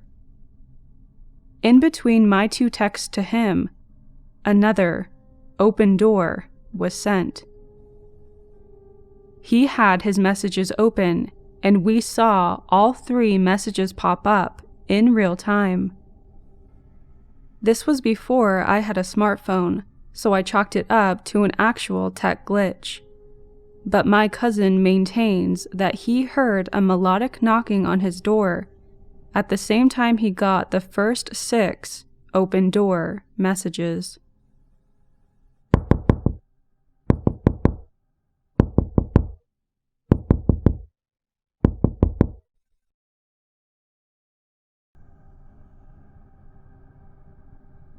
A couple of years ago, I was out having a beer with a couple of my friends on my terrace. It was a cloudy, drizzly day, and we were just talking about our childhood days. It was a good day. I got up to go to the table with the icebox and get another beer, when suddenly everything blacked out. Next thing I saw, I was suddenly at a train station, which looked from the 1800s.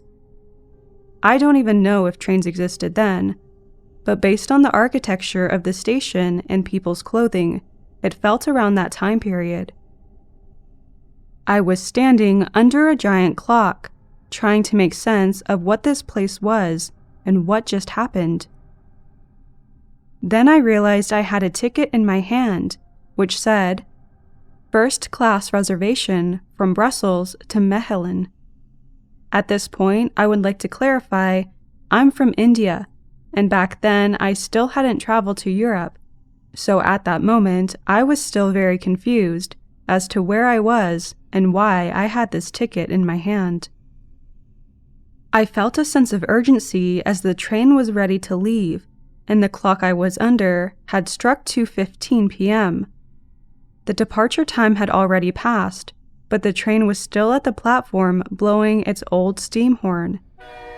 The engine looked brand new, but it was a steam engine like in the olden days. I was completely baffled by what was happening, and at this point, I saw a man staring directly at me. He was wearing a penguin suit and wore a tall hat and had a huge mustache. He gave me a look where I felt like he knew something like I wasn't supposed to be there. And just at that moment, everything snapped back, and I remember lying down on my terrace with both my friends standing over me, terrified. I asked them what happened, and they told me what they saw. They said, while I was walking towards the table with the icebox, I froze stiff and fell on the ground as if a statue. I was out only for 2 to 3 seconds. They saw me falling and came running, calling out my name, and I just came back to my senses. The feeling was very weird because they said I was out for hardly 2 to 3 seconds, but what I remembered from my experience at the station, I was there for at least 10 to 15 minutes, closely watching everything and everyone around me. To this day, I believe I somehow slipped into another reality, and that man who looked at me, the face of whom I still remember very clearly, I'll never forget. That man somehow realized my slippage into another time period, and somehow sent me back.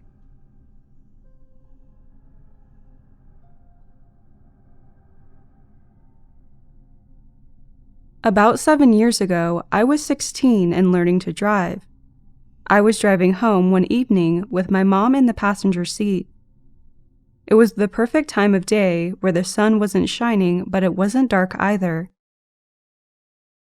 I was going down our street at about 25 miles per hour, when out of nowhere, a man rode his bicycle out in front of my vehicle, and I hit him. I felt the impact and the wheels rolling over him. I had a gut-wrenching feeling that I had killed him, and I slammed on the brakes and gasped and looked at my mom, hoping she would know what to do. She just looked at me like I had gone insane, though. I looked back, and there was never anyone there. No one riding a bike down the street, no bumps in the road, nothing. I was pretty shaken up for a while, and I never found an explanation for what happened. My mom says that I was driving and singing to music, and then all of a sudden I slammed on the brakes and gasped. She didn't feel or see anything at all that I had experienced.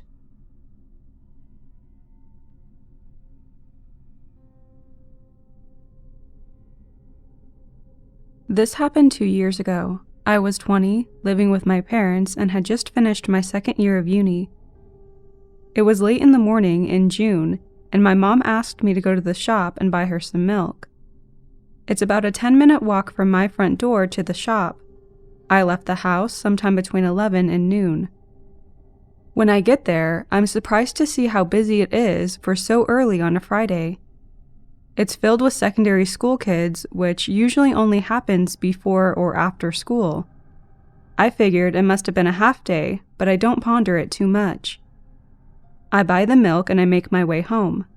As I'm walking home, I see a car coming up the road towards me, and it looks like my mom's. It pulls up right beside me, and I realize that it is my mom. She yells at me to get in, and I quickly get in the passenger seat. My mind is racing, thinking that something happened to Dad or someone in our family. Then she asks, "Where have you been?"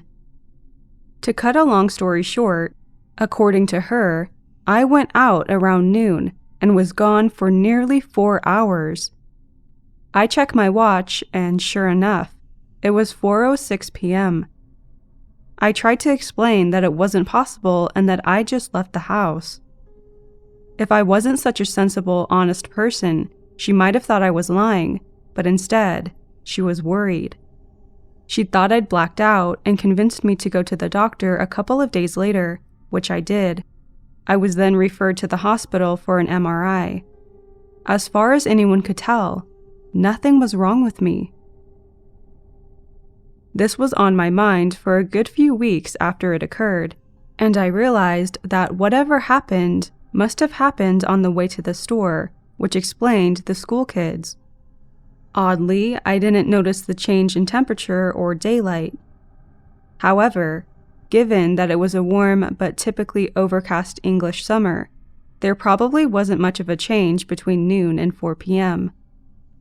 The only thing that comes to mind is that I had taken a detour on my way to the shop, just on a whim. Rather than follow the stretch of winding road up to the shop, I cut through a street and walked up a side alley between two houses. I don't normally do this, so could this glitch in the matrix have been connected to the alleyway? I haven't taken that detour since, but I'm tempted to.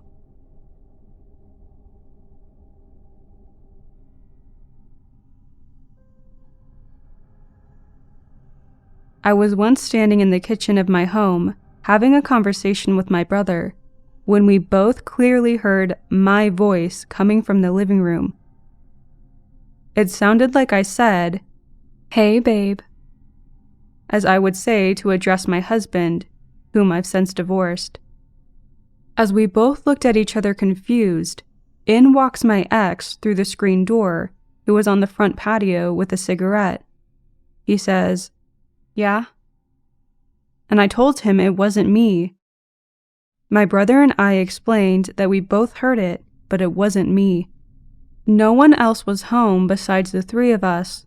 There was no television or even a radio on. It still bothers me to this day that I have no explanation.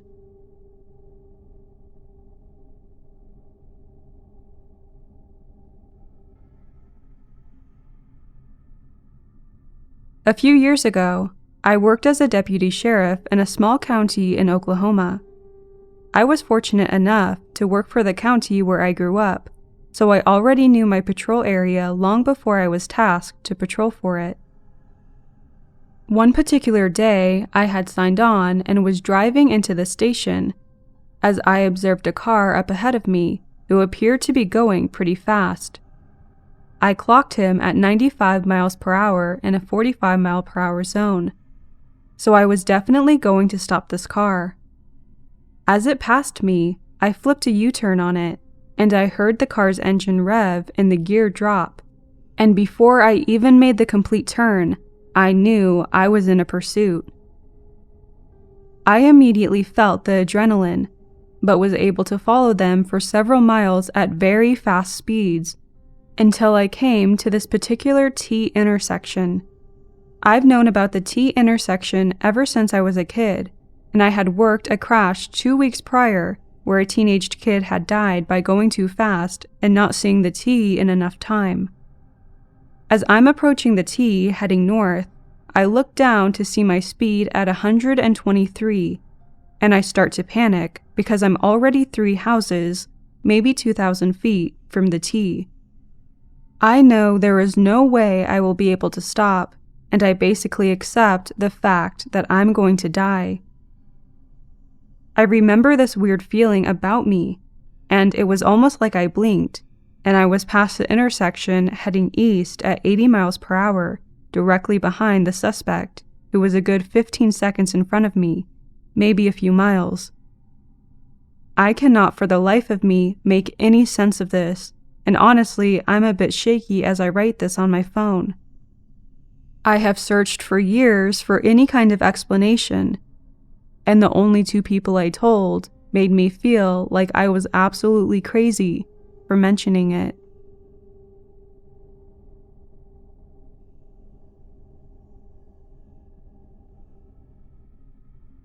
This happened yesterday to my sister, and she's still freaked out.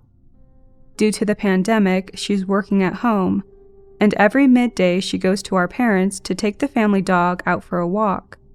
So yesterday she went to take the dog Jazz, and there was no Jazz. He was nowhere to be found. Our dad was grocery shopping and our mom was in the kitchen when she asked if Jazz was with our father. But our mother responded, "Who's Jazz?" Long story short, there was no dog. Apparently after the death of our first dog, we didn't take another. Thinking it was a strange prank, which isn't typical of our parents. They're not pranksters, they're in their 80s. She searched the house and she couldn't find anything suggesting there was a presence of a dog. No dog food, no dog bed, no dog toys anywhere, and he always had plenty. Then our dad came home and still no dog. She interrogated him and he started to think that she was the one who was joking. At the same time, from the kitchen TV, she heard the news reporter talking about the end of the pandemic and the surge of something she couldn't understand. She said the reporter didn't seem worried for the surge of whatever it was, because something would take care of it. After that, she returned home because she didn't want our parents to see her while she was freaking out, and she tried to call me, but I wouldn't answer. I was nowhere to be found, either. She even tried calling the shop where I work, but nobody would answer the phone. This is quite improbable, because where I work, it's mandatory to answer the phones. She even tried to call some of my friends, but had no success. After that, she went to bed and cried until she fell asleep. This morning, I found 16 calls from her, with today's date. I called her back, worried that something had happened, and she was crying. She confessed to me that she couldn't muster the courage to ask our parents or relatives about me because she was too scared they would tell her she was an only child. My parents told me that yesterday they didn't see her at all. They tried to call her at midday for the dog, but her phone was on mute, and they concluded that maybe she was busy. They thought it was strange her phone was mute, but they didn't investigate. I keep wondering where Jazz and I were, and what the news was talking about. Maybe in another universe, the events are evolving faster and better. I'm so curious, but she's too freaked out to talk about it again. I woke up and was laying in my bed in my white cotton nightgown, thinking of all the things I'm grateful for and stretching out. I turned on my side. On the adjacent wall of my bed is a mirror on the floor, so I can do my hair and makeup, where I can see my reflection as I'm laying in bed. I looked in the mirror and I saw myself on the bed as I was. But when I glanced again, I still saw myself laying in bed, but also saw myself standing by my husband's side of the bed. I was wearing the same exact nightgown and staring into the mirror. I told myself this can't be true. I can't be in two places at once. I closed my eyes and tried to reset myself. I opened my eyes again and looked back into the mirror and saw my reflection laying in bed, which I still was. But this time, I now saw my husband standing on his side of the bed in his boxers, with no shirt on, looking at his phone. I was relieved. I told myself, "Oh, it was just him. Your eyes were just playing tricks on you." I then got out of bed and headed for the bathroom, but as I passed in front of the bed and looked at it, my husband was fast asleep, with a black t-shirt on and boxers, and our white pit bull, Sade, was asleep next to him. I couldn't believe it. I went into the bathroom and just sat there trying to understand what just happened. I was never really scared, but definitely perplexed. That was the first time that anything like that has ever happened to me while I was awake.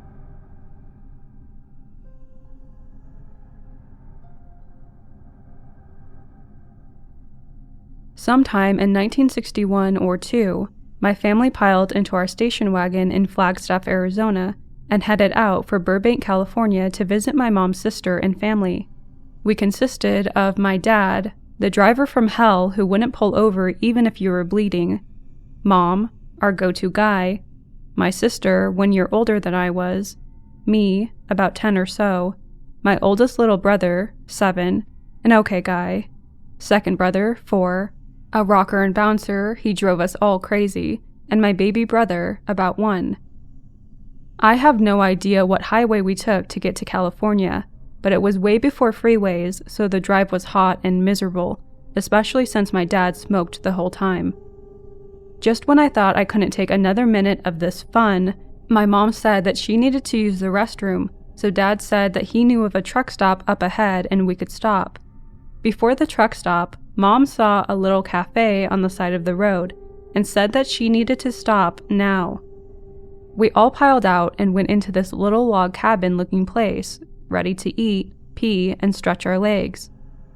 My sister and I sat at the counter because there was only one table with 4 chairs in the whole place.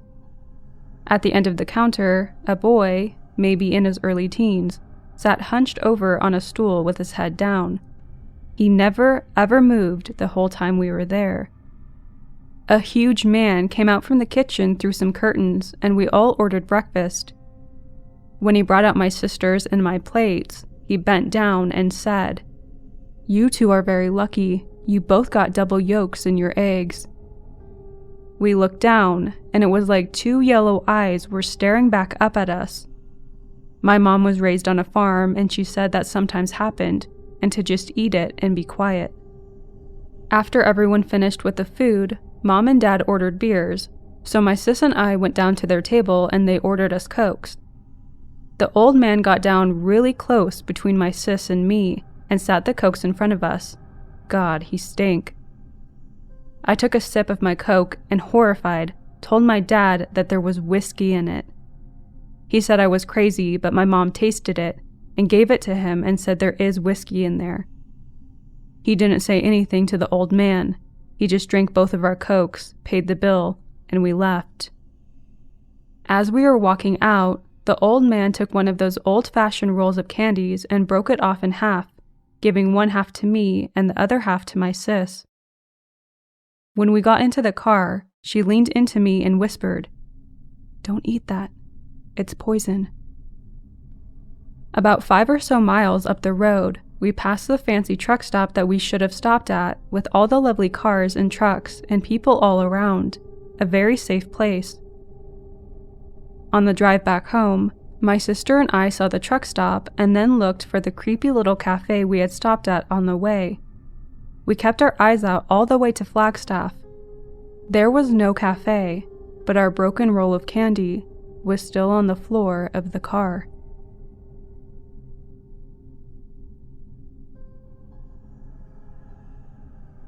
This happened about 20 years ago, and I still can't explain it. I picked up my friend to go out one Saturday evening. We were both 20-ish females.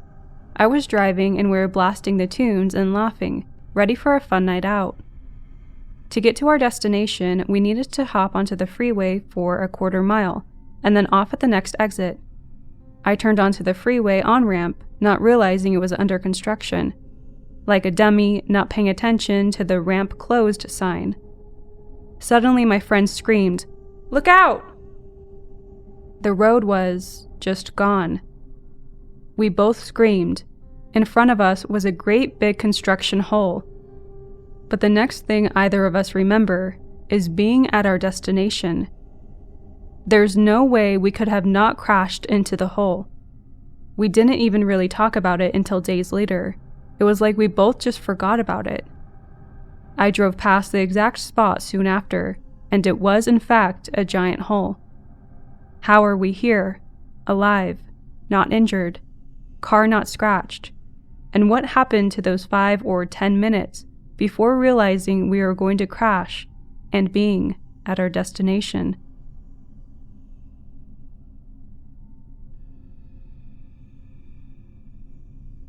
My aunt and her now ex-husband had been out with a friend one night and were finishing up about 1 a.m. when their friend offered them a ride home. My aunt hadn't drank, but her husband and friend had.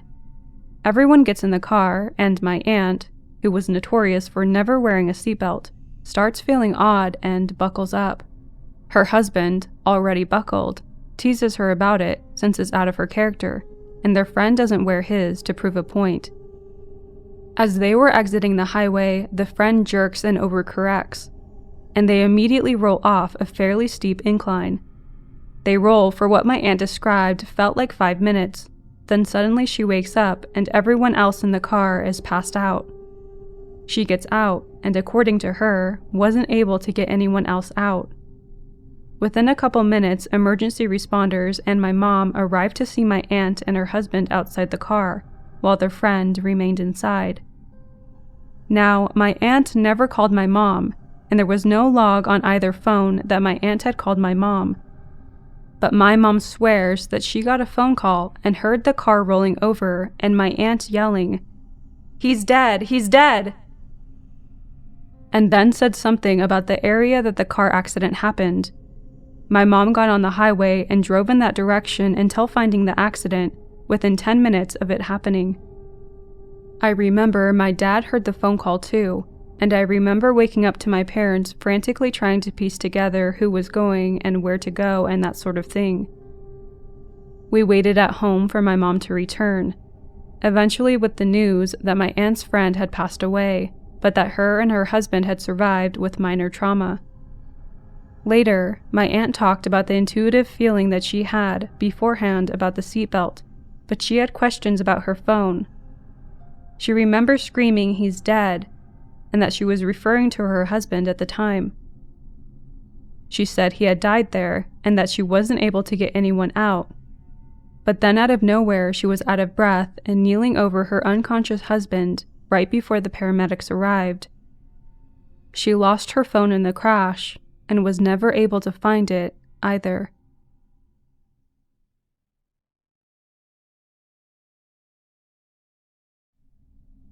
I'm in the military. My job goes towards the aviation field, and before we can do our job, we have to go to school for it first. I was in a temporary military base for school. I've heard the ideas that we live in a simulation, or some sort of matrix and whatnot, but I find that way too crazy to believe, until I had an encounter in this area.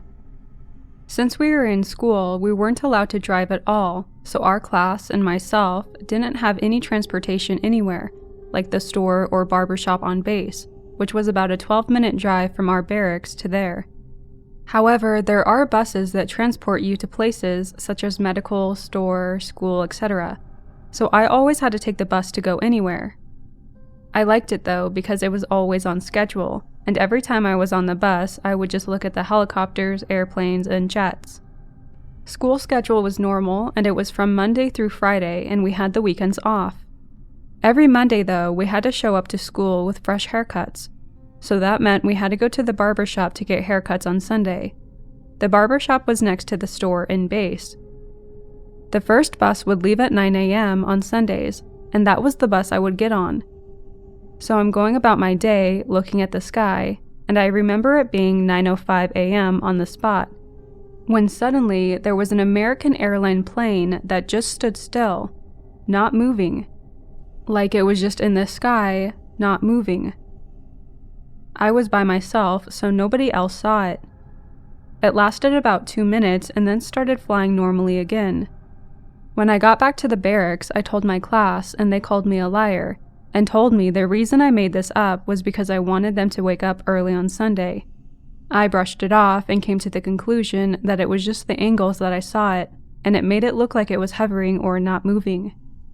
Anyway, I totally forgot about it and went on my normal week, looking at the planes on the bus and nothing out of the ordinary. The next Sunday was here, and I was about to get on the bus to get a haircut, when one of my classmates came with me and told me that he wanted to see if it was true what I said that previous Sunday. We got on the bus and started looking outside to see if we could catch it.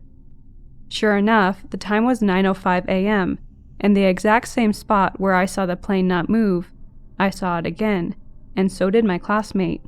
This time there were 2 regular commercial airline airplanes. They were flying normally at that specific spot, and when 9:05 a.m. hit, they stopped moving, just stood there. My classmate and I found it weird because planes don't just do that. They don't just hover. Only helicopters and this recently new jet can do that. But this was a normal commercial airline plane that's not associated with the military at all. After our haircut trip, we got back to the barracks, and this time me and my classmate tried to explain this to the rest of our class. But of course, they don't believe us once again. After that, the rest of my 3 months there, my classmate and I would get on the bus Sunday morning at 9 a.m. to get a haircut and look into the sky. And at that certain spot at 9:05, we would see any plane that passed through just freeze and not move for the next 2 minutes or so. Then it would start moving normally again. It was actually a beautiful phenomena, in my opinion, but it was also crazy. I am convinced after the encounters that I think we live in the Matrix or a simulation or something like that, and that this was an actual glitch in the world we live in, and that maybe the theory isn't so crazy after all. I don't know if that glitch is still there today, or if it was ever fixed by whoever is out there.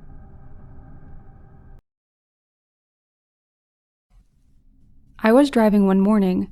It was a 75-mile drive that I only had to make about once every 2 weeks. The road is 2 lanes on both sides, separated by a large grassy area. The speed limit was 65. I am a person who stops to help people, all of the time. If I see you pushing your car, I stop and ask if you need help. If your battery is dead in the Walmart parking lot, I'll ask if I can help. I was driving to work that morning, and on the other side of the highway, I see a silver Kia Optima headed down the road. When all of a sudden, it looked as if something caused the wheel to jerk hard to the side, making the side walls of the tires catch the asphalt and cause the car to begin rolling, like NASCAR rolling. I remember saying, "Holy shit," out loud, but I just kept driving. I didn't turn around. I don't know why. This really bothered me for 2 years. Why didn't I stop? Well, about 2 years later, I was driving home in my newish used car, a silver Kia Optima. When I overreacted to a dog running across the highway, I tried to remain in control, but I didn't have a chance. I began rolling violently, but peacefully from my point of view. I somehow wound up escaping with only superficial damage to myself. I now think the reason I didn't stop was because I wasn't able to. Like, it would have thrown things off too much.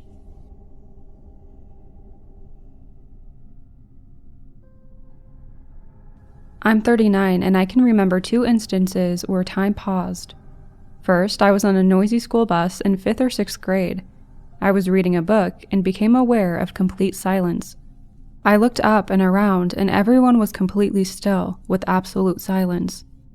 The sound of my own heartbeat started to become so loud due to the complete silence of everything else. I looked outside of the bus and we weren't moving. Then it was as if everything outside became hazy or blurry for a split second, and then time, sound and movement, returned to normal, but it took a moment, so there was a brief instance of paused time speeding back up to normal time, if that makes sense. No one else moved on the bus, so I don't think anyone else was aware.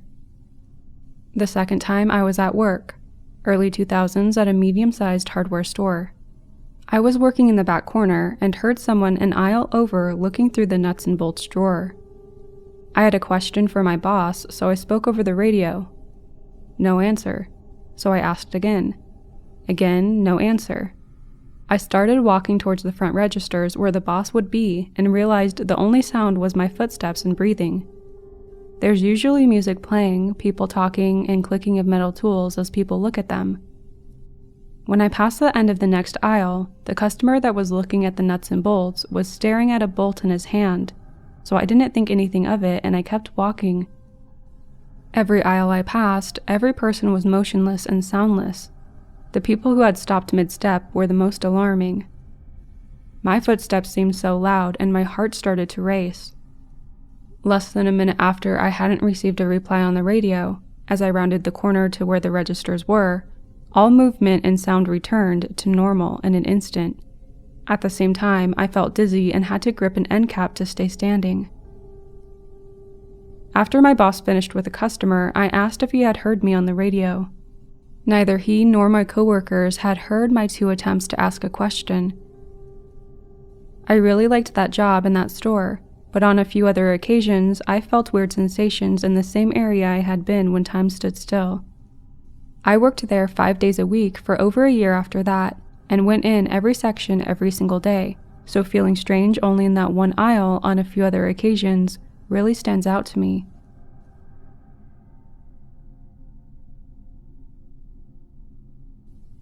Our kitchen looks into our living room. My mom came downstairs from a nap and began pulling stuff out of the fridge for dinner. My aunt was sitting in the living room with her back to the kitchen and she was knitting. The doorbell rang and my mom walked to the front of the house to get it. She opened the door, and there is my aunt, holding grocery bags. My mom just stared at her and tried to process what she was seeing. She then walked back to the kitchen and looked into the empty living room. She has no explanation for it, and neither do I.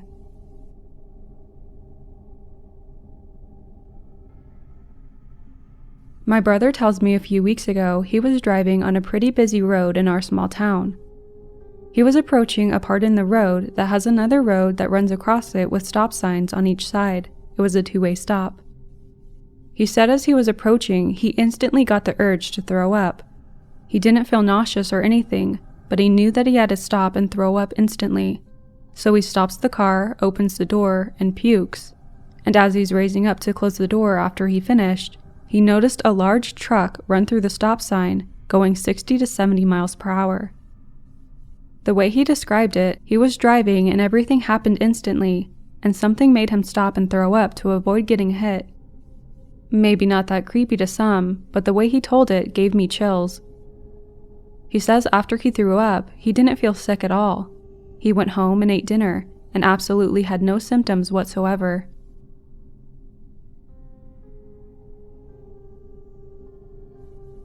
I live in a very small town.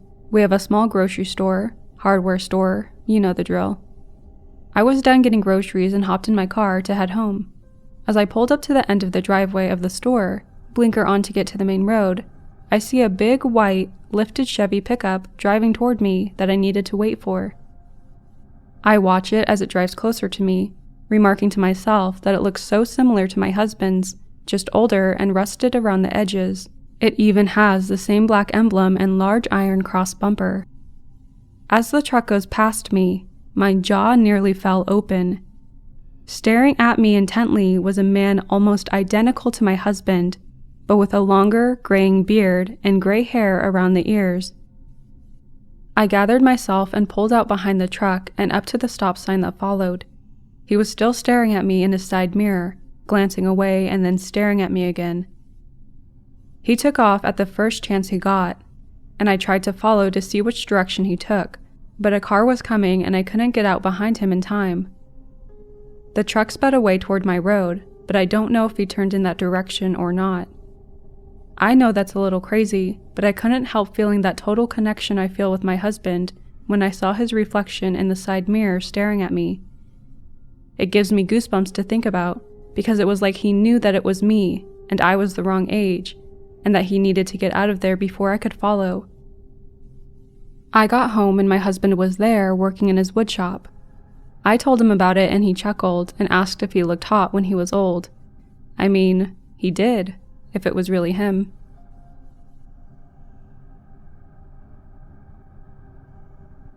Years and years ago, when I was young, I used to play video games like any young kid did. It was just my thing. I played every day and had an Xbox 360. I didn't want anyone to know what my real name was, but I made an email for my Xbox Live account. The name on the email I created was under the name of Tom Liza. Not really sure why I named the account that, but it was the first name that came to my head. So I was like, what the heck, I'll just use that. So for years I had this account created with a fake name, Tom Liza. I stopped playing video games and 5 or 6 years go by and I hadn't touched the console or video games in general. I'm out one night with my best friend Will. We've just come back from playing dodgeball at this place that we went to on Friday night for some fun. I was 17 then and just got my license. Like any new driver, most of the time, you don't know where you're going. I was stopped at a red light on Route 347. I whipped out my GPS on my phone and it told me that I needed to get into a turning lane. Stupid me, without looking, turns into the turning lane and sideswiped a 2004 Toyota Corolla. At this point, my heart is pounding through my chest because I'm 17 and I've never been in a car accident, nonetheless driving in general for that long. This guy gets out of the car pissed. Long story short, the police arrive, file a police report, and the night goes on from there. A few days go by and I receive a copy of the accident report. I open the letter and begin to read the report, and I stop. I took a second and third look at the police report.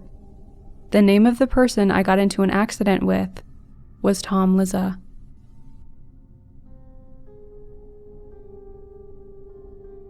This happened 20 years ago and I still can't explain it. I picked up my friend to go out one Saturday evening. I was driving and we were blasting the tunes and laughing, ready for a fun night out. To get to our destination, we needed to hop on the freeway for a quarter of a mile, and then off at the next exit. I turned onto the freeway on-ramp, not realizing it was under construction, like a dummy, not paying attention to the ramp close sign. Suddenly my friend screamed, "Look out!" The road was just gone. We both screamed. In front of us was a great big construction hole. But the next thing either of us remember is being at our destination. There's no way we couldn't have crashed into the hole. We didn't even really talk about it until days later. It was like we both just forgot about it. I drove past the exact spot soon after. It was a giant hole. How are we here, alive, not injured, car not scratched? And what happened to those 5 to 10 minutes between realizing we were going to crash and being at our destination?